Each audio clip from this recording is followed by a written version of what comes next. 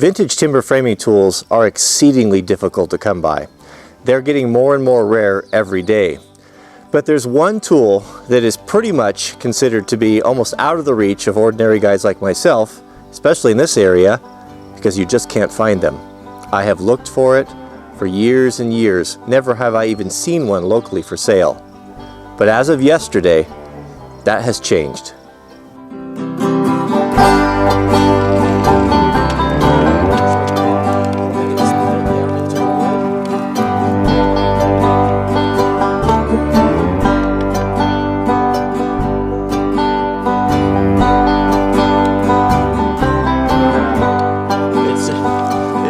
It's really enjoyable, very ergonomic, very efficient.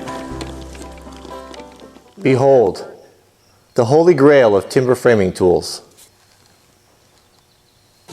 The barn beam boring machine in working condition, and actually in excellent condition.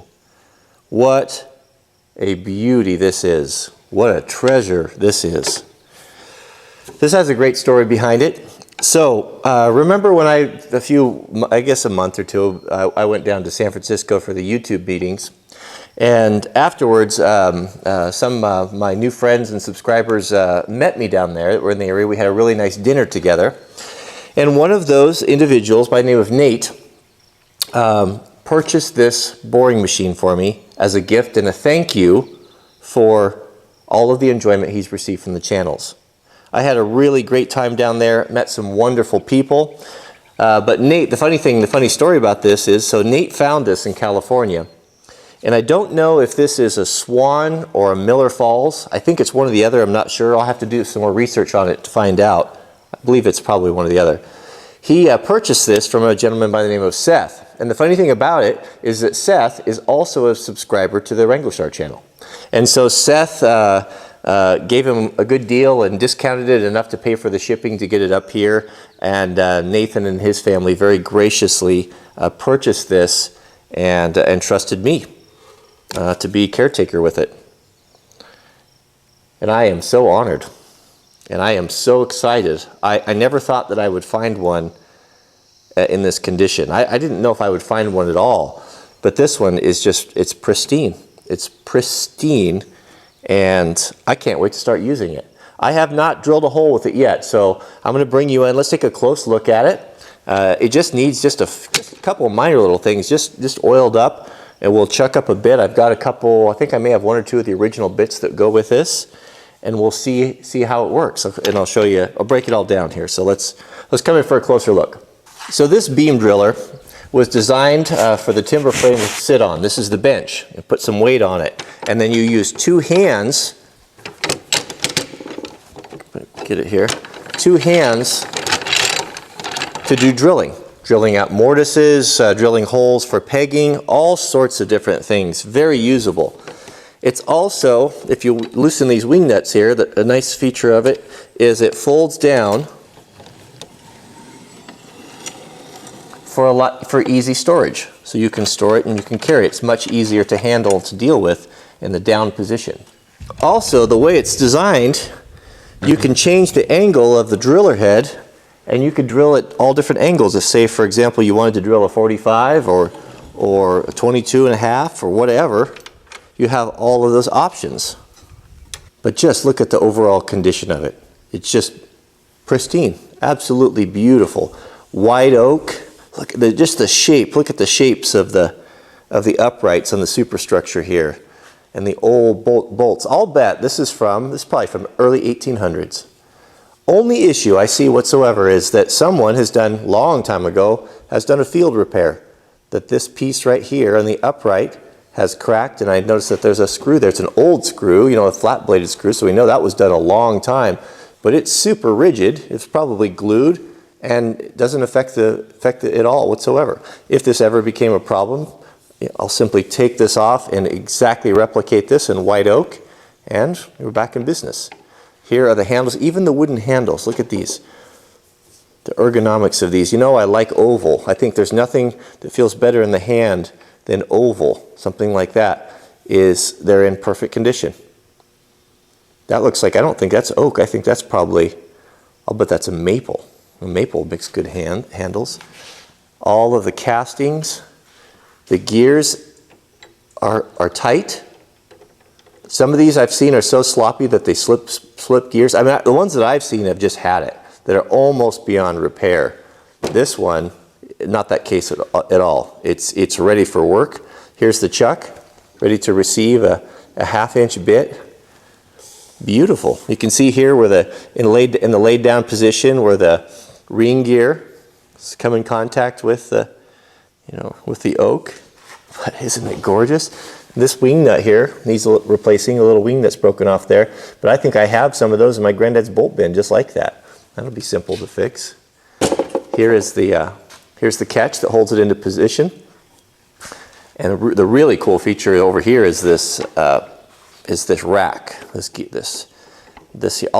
pull it over here and we'll drill a hole with it here in a minute. But this engages here so you can run the drill up and down. And so once you bore into the wood, that you can raise it out. So that functions perfectly. Square-headed lag bolts. That's old. Look at the bevels on that and that beautiful white oak.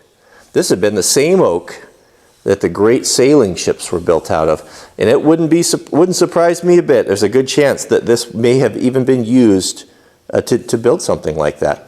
Don't know the history. If it came out of California, if that's where it was originally, in California, there was a lot of shipbuilding down there and a lot of coastline. Who knows? Maybe it built churches or cathedrals, or this would have been an expensive tool back in the day. This would have really been something to have. But boy, it's beautiful, isn't it? All the detail, the bull nose and the bolts and the castings. I'm not gonna wonder what these marks are, if that was put in there by the carpenter. It makes you wonder what the history of it was, don't you? What it built and whose hands had been on it. But what if this thing was used at 1800s, over 200 years old? Very likely. How many carpenters' hands have been through it? It's really something. Really gives you a connection with history. To put your hands on these handles and I haven't used it yet, but I will. I'll put this into service. I'm not going to just put it away and let it collect dust. I'm going to look after it and care for it, and I'm going to use it. Learn how to use it. But think of the hands, the carpenter's hands that have been on this. Long gone. Generations and generations ago. What did they build with it? What did they do? Love the shape of the upright, so just fantastic. Absolutely fantastic. All right, well, enough of my drooling here. Let's, I've got a nice piece of, what do I got here? I got a beautiful piece of red fir here that's measures 3 by 8, full dimension. Let's look at the bits here first, and then we'll go down and drill in part 2. Here was a bit I picked up years ago when I first started timber framing on eBay. Back when I kind of bought tools before I knew what I really needed. It's very old, and this would have been something that would probably have been used in a boring machine like this. It's got the correct size head. It's 2 inches, and you can see right there that the auger, and in very good condition. Needs a little bit of sharpening, but these tools are really serviceable and easy to work on. You know, these old tools you can see in good condition. No nails in there. No carpenter would have ever taken a nice bit like this and cut through nails. But this will do a 2-inch hole, and that's really perfect for mortises. And that's something that we'll use with this machine. What I typically use, or what I've used in the past, and it might change, I like to use an 1.5-inch chisel or 1.5-inch bit in my 2-inch mortises. That way it gives me a 1/4 inch on each side that I can clean up by hand with the chisels and be a little bit more accurate. Sometimes when you drill a 2-inch hole for a 2-inch mortise, if you don't get everything just perfect, you get some raggedy edges and it's not super clean like if you were to hand finish it by hand. But this bit right here is another one. I got these off of eBay, and these are not nowhere near as old as this style here.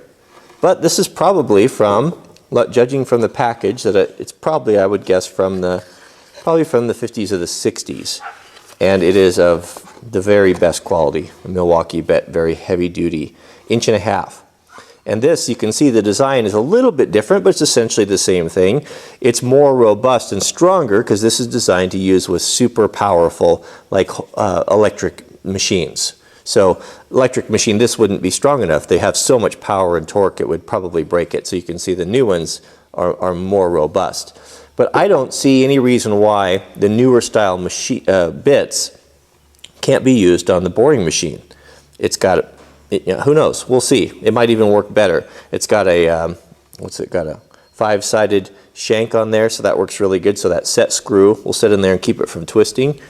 But this is, this is primarily what I would use here. So let's chuck it up and try it out and see how it drills. So I know you're just as anxious to see this drill as I am.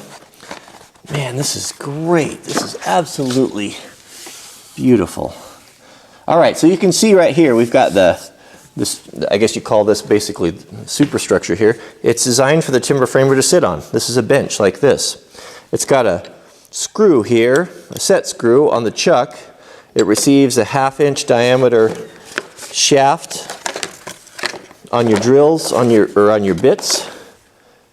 So that will fit in there like that. And we don't want to over tighten this because it's 5-sided. We don't need to tighten it that much. Look at that. So before we use this, one thing we want to really be sure is that all the moving parts are nicely oiled. This is completely dry, and if you listen, you'll hear, kind of a lot of resistance and the metal to metal. That's not ideal. It's no big deal when we're just running it without a load on it, but once it gets a load on it, it's going to make it more difficult for the operator. So got some nice oil here. We'll oil these gears. Oops. And all of the points that are, I got a little carried away there. All of the points that are going to be moving are metal to metal. And already, oh, it's like butter right there. This makes all the difference whatsoever.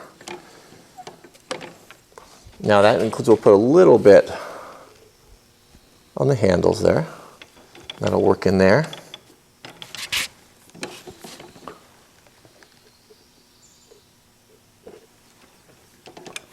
Oh, beautiful. That feels really good. Feels really good. Look at that.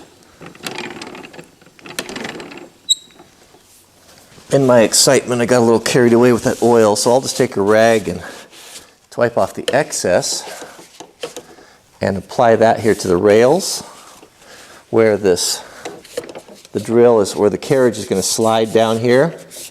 Doesn't need much, just a nice little coating there. This will drip here for a while, but keep all that oiled up. Put a little oil there on the rack. Yeah, that feels much better.